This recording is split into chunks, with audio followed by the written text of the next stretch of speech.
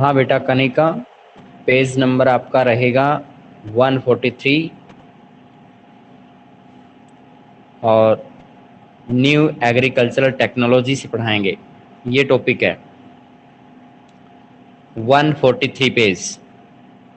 मेरी आवाज़ आप तक पहुंच रही है? Yes sir. देखिए बेटा, स्टार्ट करते हैं 143 पेज। सचिन 143 पेज निकालिए आपकी बुक से, और ये हेडिंग है न्यू एग्रीकल्चरल टेक्नोलॉजी। देखिएगा, बाय द 11th सेंचुरी, 11वीं सदी से, there is evidence of several technological changes. यहाँ इस तरह के प्रमाण मिलते हैं कि कई तकनीकी बदलाव उस समय हुए। Instead of basic wooden plough, लकड़ी के हल की जगह पर cultivators began using heavy iron tipped plough and mould boards. इन्होंने इसमें बताया है कि लकड़ी के हल की जगह और आयरन की टिप लगे हुए हल इस्तेमाल में आने लगे, यानी भारी हल इस्तेमाल में आने लगे, क्योंकि लकड़ी के हल जो थे गहरे तक जुताई नहीं करते थे, और माउल्ड बोर्ड्स होते हैं, भारी जो मेज होती है पीछे बांधी जाती है, उसका इस्तेमाल किया जाने लगा, जिसको हम सांचेदार पटरा बोल सकते हैं। सांचेदार पटरा भी इसे कहते हैं। These plough could dig much deeper, इस तरह के जो हल थे वो गहरी जुताई कर सकते थे। And mould boards turn the top soil properly, और जो सांचेदार पटरे होते थे वो मिट्टी की ऊपरी परत को बहुत अच्छे से समतल बना देते थे। With this nutrients from soil were better utilised, और इस तरीके से जो मिट्टी के जो पोषक तत्व होते थे वो बेहतर यूज हो सकते थे, यानी अच्छे तरीके से उनका इस्तेमाल किया जा सकता था। The methods of harnessing animals to plough improved, और पशुओं को जो जुआ बांधा जाता था हल चलाने के लिए, उसके तौर तरीकों में भी सुधार लाया गया। इंस्टीड ऑफ नेक हार्नेस, जुए को पहले गले पर बांधने की जगह पर अब the shoulder harness came into use, कंधे पर अब जुआ बांधा जाने लगा। आपने बैलों को खेती करते हुए कभी देखा हो, बैल जब हल चलाया जाता है तो उनके कंधे पर जुआ रखा जाता है, एक लकड़ी का, दोनों बैलों को ज्वाइंट करते हैं, बीच में उसके हल रखते हैं, इस तरह का सिस्टम होता है। तो उसमें ये जो शोल्डर हार्नेस है ये बाद में स्टार्ट किया गया, नेक हार्नेस पहले होता था। तो नेक हार्नेस में बैल पूरा ताकत नहीं लगा पाते थे, क्योंकि उनकी गर्दन पे दबाव बढ़ता रहता था, वो खिंचाई नहीं करते थे। लेकिन जब कंधे पर इस तरह के जो जुए को रखा जाने लगा तो वो अपनी ताकत दिखा सकते थे। This enabled animal to exert greater power, इस तरीके से इन पशुओं को ज्यादा ताकत मिलने लगी, वो ज्यादा ताकत लगाने लगे, खुलकर काम करने लगे। Horses were now better shod with iron horseshoes, घोड़ों के पैरों के अंदर लोहे की नाल लगाई जाने लगी ताकि उनके जो पैर हैं, जो खुर हैं, वो खराब ना हो। विच प्रिवेंटेड फुट डिके, इससे उनके जो खुर हैं वो सुरक्षित रह सके।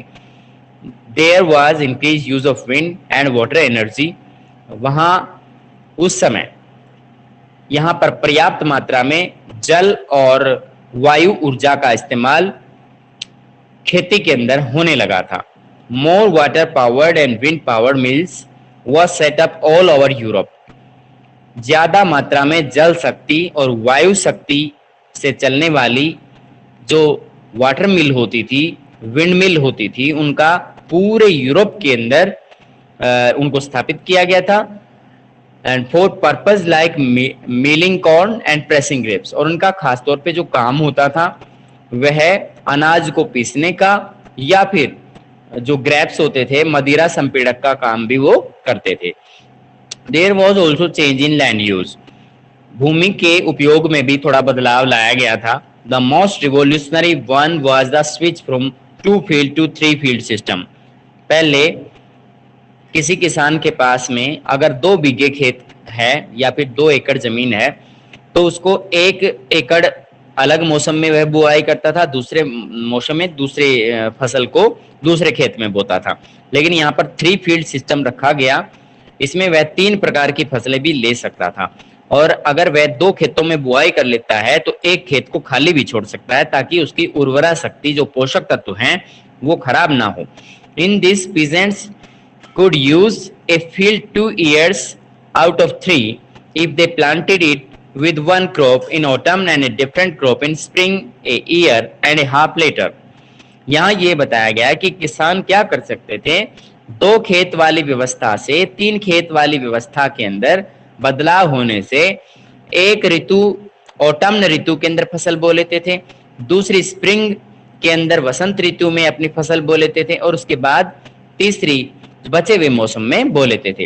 That mean the farmers could break their holdings into 3 fields. और इस प्रकार किसानों ने जो है अपने कंप्लीट जमीन को जो उन्हें मिली हुई थी उसके 3 टुकड़े कर लिए।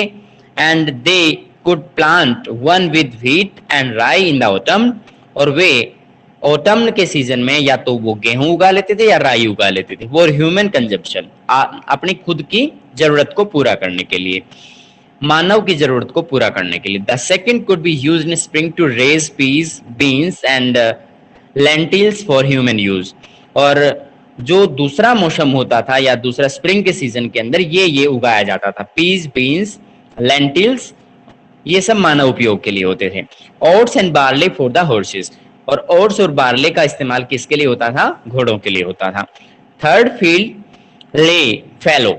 और तीसरे खेत को खाली छोड़ दिया जाता था, यानी 2 खेतों में फसल बो लेते थे, एक को खाली छोड़ देते थे और फिर उसका रोटेशन चलता रहता था, कभी किसी को खाली छोड़ना, कभी किसी को, और ऐसी तरह से बोने में।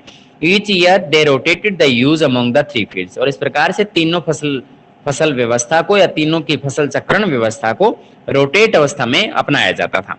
विद दीज इंप्रूवमेंट्स, इस तरह के सुधारों के साथ, there was an almost immediate increase in the amount of food produced from each unit of land। इसमें लगभग तुरंत प्रभाव से प्रत्येक भूमि के इकाई टुकड़े से या छोटे टुकड़े से उत्पादन का जो स्तर था वो बढ़ गया। पहले उत्पादन कम होता था और अब उत्पादन उसका बढ़ गया। फूड अवेलेबिलिटी 144 पेज निकालें। Food availability doubled. अब भोजन की जो उपलब्धता है वो डबल हो गई। पहले कम इस चीज की गारंटी रहती थी, अब वो ज्यादा मात्रा में लोगों को मिलने लगा। Greater use of plants like peas and beans meant more vegetable proteins in the diet of average European and a better source of fodder for their animals.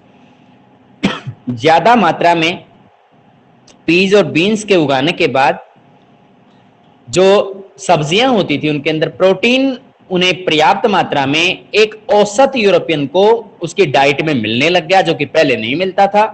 और उनके पशुओं के लिए जो चारा होता है उसका भी अच्छा स्रोत होते थे।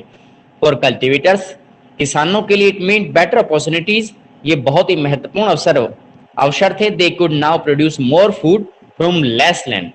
अब वे किसान कम भूमि से ज्यादा अनाज पैदा कर सकते थे। The average size of peasants farms shrank from about 100 acres to 20 or 30 acres by 13th century।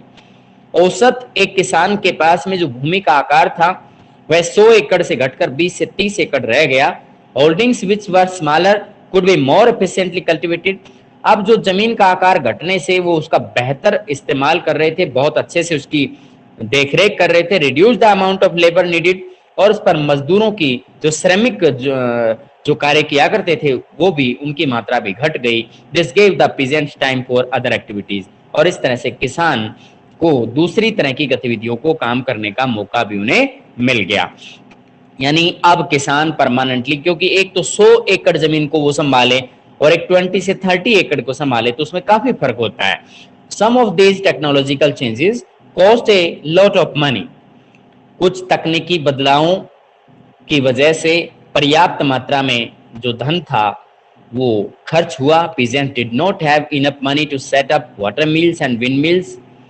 कोई भी तकनीकी बदलाव करने में पर्याप्त मात्रा में धन लगता था। उस समय भी किसानों के पास इतना पैसा नहीं था कि वो जल चक्की या फिर वायु चक्की का इस्तेमाल, विंड मिल वो बना सकें, पवन चक्की जिसे कहा जाता है। जल चक्की और पवन चक्की किसान नहीं लगा सकते थे, उनके पास इतना पैसा नहीं था। Therefore the initiative was taken by the lords, इसीलिए शुरुआत के अंदर यह कार्य किसने किया, लॉर्ड के द्वारा किया गया. But peasants were able to take the initiative in many things.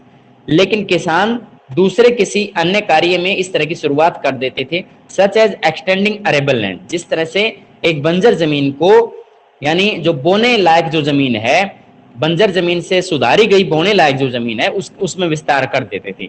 They also switch to 3 fields rotation of crops. वे क्या करते थे, 3 खेत वाली व्यवस्था को उसमें रोटेशन पुनर्चक्रण करना शुरू कर देते थे. सेट अप स्मॉल फॉर्जेस, और छोटे छोटे यानी चरागाह बना दिए गए थे जिसमें वो जो अपने जानवरों को चरा लेते थे. स्मिथीज इन द विलेज, और ये सब क्या थे, छोटी छोटी समितियां बनाई गई गांव के अंदर किसानों के द्वारा, ताकि एक व्यवस्था कायम कर सकें. Where iron tipped ploughs and horse shoes were made and repaired cheaply. यहाँ याद रखें कि उन्होंने क्या किया कि ये दोनों व्यवस्थाएं की, स्मिथीज का मतलब ये भी होता है कि जैसे आयरन स्मिथ जो होते हैं, लोहार का जो काम करने वाले, भट्टी जो रखते हैं, तो उन्होंने गांव के अंदर भट्टी रखनी शुरू कर दी. गांव में मरम्मत का काम करने लगे, जैसे कि आयरन की टिप लगी हुई जो हल होते थे उनको मरम्मत की जरूरत रहती थी, तो उसका वो मरम्मत कर पाते थे. और घोड़ों के पैरों में जो नाल लगाई गई थी उनके खुरों के साथ, वो उन्हें सस्ता पड़ गया था, क्योंकि वो गांव में इस कार्य को करने लगे थे. ये सारा काम जो था गांव में होने लग गया था. फ्रॉम द 11th century, 11वीं सदी से, the personal bond that had been basis of feudalism were weakening. यहाँ पर जो व्यक्तिगत संबंध थे सामंतवाद के साथ में, सामंतवाद के आधार पर जो व्यक्तिगत संबंध थे वो धीरे धीरे कमजोर पड़ गए. And because economic transactions were becoming more and more money based, क्योंकि आर्थिक जो लेन देन था वह मुख्य रूप से या मुख्य तौर पर केवल मुद्रा आधारित रह गया या बन गया. Lord found it convenient to ask for rent in cash. Lord क्या करते थे कि अपनी किसी भी कार्य के लिए नगद में भुगतान चाहते थे, नॉट सर्विसेज, सेवाओं में नहीं. And cultivators were selling their crops for money. और जो किसान थे वो अपनी फसलों को ऋण के लिए या इसके मुद्रा के लिए बेचते थे, मुद्रा चाहिए उन्हें, instead of exchanging them for other goods. अब उन्होंने वस्तु के बदले वस्तु देना बंद कर दिया था, यानी उसके स्थान पर ये चीज अपना ली उन्होंने, मुद्रा व्यवस्था को अपना लिया, मुद्रा विनिमय को अपना लिया. टू ट्रेडर्स, अपने व्यापारियों के साथ, क्योंकि किसान जो है व्यापारी को ही अपनी फसल बेचता था. Who would then take such goods to be sold in towns, जो इस तरह की वस्तुओं को कस्बों के अंदर बेचा करते थे. The increasing use of money began to influence prices, और धन का बहुत ही बढ़ता हुआ जो प्रयोग था उसकी वजह से वस्तुओं की कीमतों पर इसका प्रभाव आया. Which became higher in the times of poor harvest. अगर कभी कमजोर फसल होती है या कम फसल होती है तो उस दौरान यह इसकी महंगाई बढ़ जाती थी, फसलों का अनाज की महंगाई बढ़ जाती थी, फसलों के उत्पादन की महंगाई बढ़ जाती थी. इन इंग्लैंड के अंदर फॉर इंस्टांस एक नजर डालते हैं, agriculture prices doubled between 1270s and 1320s. 1270 से लेकर 1320 की अवधि के दौरान इंग्लैंड के अंदर एक नजर डालते हैं कि जो कृषि उत्पाद थे उनकी कीमतें डबल हो गई थी इस छोटी सी अवधि में, लगभग 50 साल की अवधि में. अब आता है a fourth order, new towns and towns people. एक चौथा वर्ग जो है, 3 वर्गों के विषय में हम पढ़ चुके. पहला वर्ग है पुजारी वर्ग, दूसरा वर्ग है कुलीन वर्ग, तीसरा है किसान वर्ग, और चौथा वर्ग जो है new towns and towns people, शहर में रहने वाले लोग. Expansion in agriculture was accompanied by growth in 3 related areas. कृषि में विस्तार हुआ तो उनके साथ साथ जुड़े हुए 3 क्षेत्रों के अंदर इसका प्रभाव नजर आया, उनमें भी वृद्धि दर्ज की गई. पॉपुलेशन, जनसंख्या बढ़ी क्योंकि अब लोगों की खाद्य जरूरतें पूरा हो रही थी. ट्रेड, व्यापार बढ़ा. और तीसरा, कस्बों की संख्या, शहरों की संख्या बढ़ने लगी. फ्रॉम रफली 42 million in 1000, Europe population stood at 62 million around 1200. यहाँ पे बताया गया है कि मोटे तौर पर यहाँ पर यानी 1000 ईस्वी के दौरान 42 मिलियन की जनसंख्या हुआ करती थी. अब यह 1200 ईस्वी में 62 मिलियन तक पहुंच गई, जो कि लगभग लगभग 20 मिलियन का की वृद्धि इसमें हो गई थी। इसके बाद 73 मिलियन इन 1300, और इसी तरह से 1300 ईस्वी में यह 73 मिलियन बढ़ गई। Better food maintain longer life span. अच्छे भोजन का मतलब या अच्छे खाद्य उत्पाद का मतलब होता है कि एक लंबे जीवन काल, लंबा जीवन काल इसका मतलब होता है।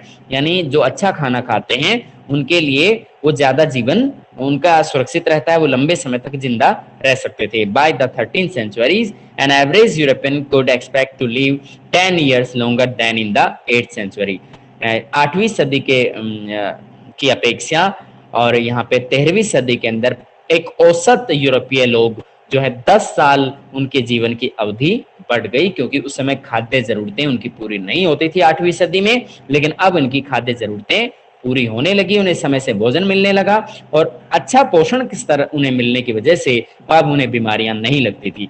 Women and girls had shorter life spans compare to man because the latter ate better food. अब महिलाएं और जो लड़कियां हैं उनका जो जीवन काल था वह पहले छोटा था पुरुषों की अपेक्षा, क्योंकि उन्हें भोजन की गुणवत्ता पुरुषों की अपेक्षा उनके भोजन की गुणवत्ता कम रहती थी। The towns of Roman Empire had become deserted. अब रोमन साम्राज्य के दौरान जो शहर और कस्बे थे वो वीरान हो गए, ruined आफ्टर इट्स फॉल, और इस तरह से रोमन साम्राज्य के पतन के बाद ये नष्ट हो गए। But from the 11th century, 11वीं सदी में, लेकिन 11वीं सदी में as agriculture increase became able to sustain high level of population.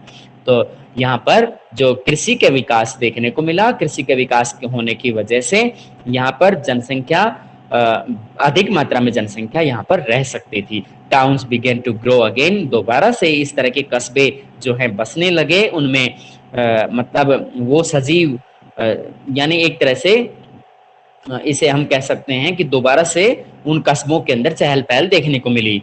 Peasants who had surplus grain to sell needed a place where they could set up a selling center and where they could buy tools and clothes।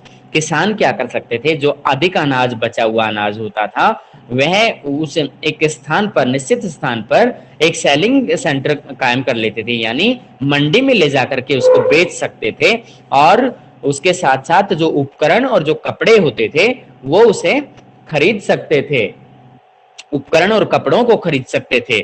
This led to growth of periodic fairs, और इस तरह से जो आवधिक निश्चित अवधि पर लगने वाले मेलों की संख्या बढ़ने लगी। स्मॉल मार्केटिंग सेंटर्स विच ग्रेजुअली डेवलप्ड, और छोटे छोटे जो मार्केटिंग सेंटर्स थे वो धीरे धीरे विकसित होते चले गए। एंड टाउन लाइक फीचर से टाउन स्क्वायर, जिस तरह से एक शहर के अंदर एक चौराहे एंड चर्च और गिरजाघर, रोड, सड़कें, where merchants build shops and home, वहां पे व्यापारी लोग दुकानें और घर बना सकते थे।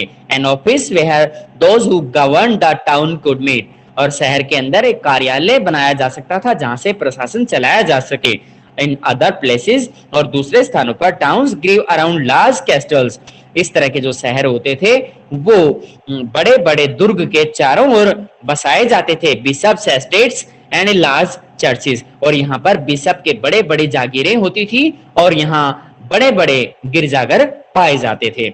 इन टाउन, शहर में, इंस्टीड ऑफ सर्विसेज, सेवाओं के बदले people paid tax to lords, लोगों को जो है लॉर्ड को एक टैक्स देना होता था। Who own the land on which the town stood, जिस शहर को जिस जमीन में बसाया जाता था उस जमीन के लिए, उस शहर को बसाने के लिए एक टैक्स देना होता था। Towns offered the prospect of paid work, और इस तरह से टाउन के अंदर, उस कस्बे के अंदर बड़ी मात्रा में भुगतान देकर यानी पैसे देकर के कार्य कराया जाता था। फ्रीडम फ्रॉम लॉर्ड्स कंट्रोल, और यहाँ पर लॉर्ड के कंट्रोल से स्वतंत्रता मिल जाती थी। For young people from peasant families, और किसान परिवारों के अंदर जो युवा लोग होते थे वो अक्सर इस तरह की स्वतंत्रता चाहते थे, यानी वो लॉर्ड के नियंत्रण में काम करना नहीं चाहते थे। तो यहां तक आप बताइए बेटा, समझ में आया या नहीं आया आपको? आ गया सर। आया है बेटा? Yes sir. ओके।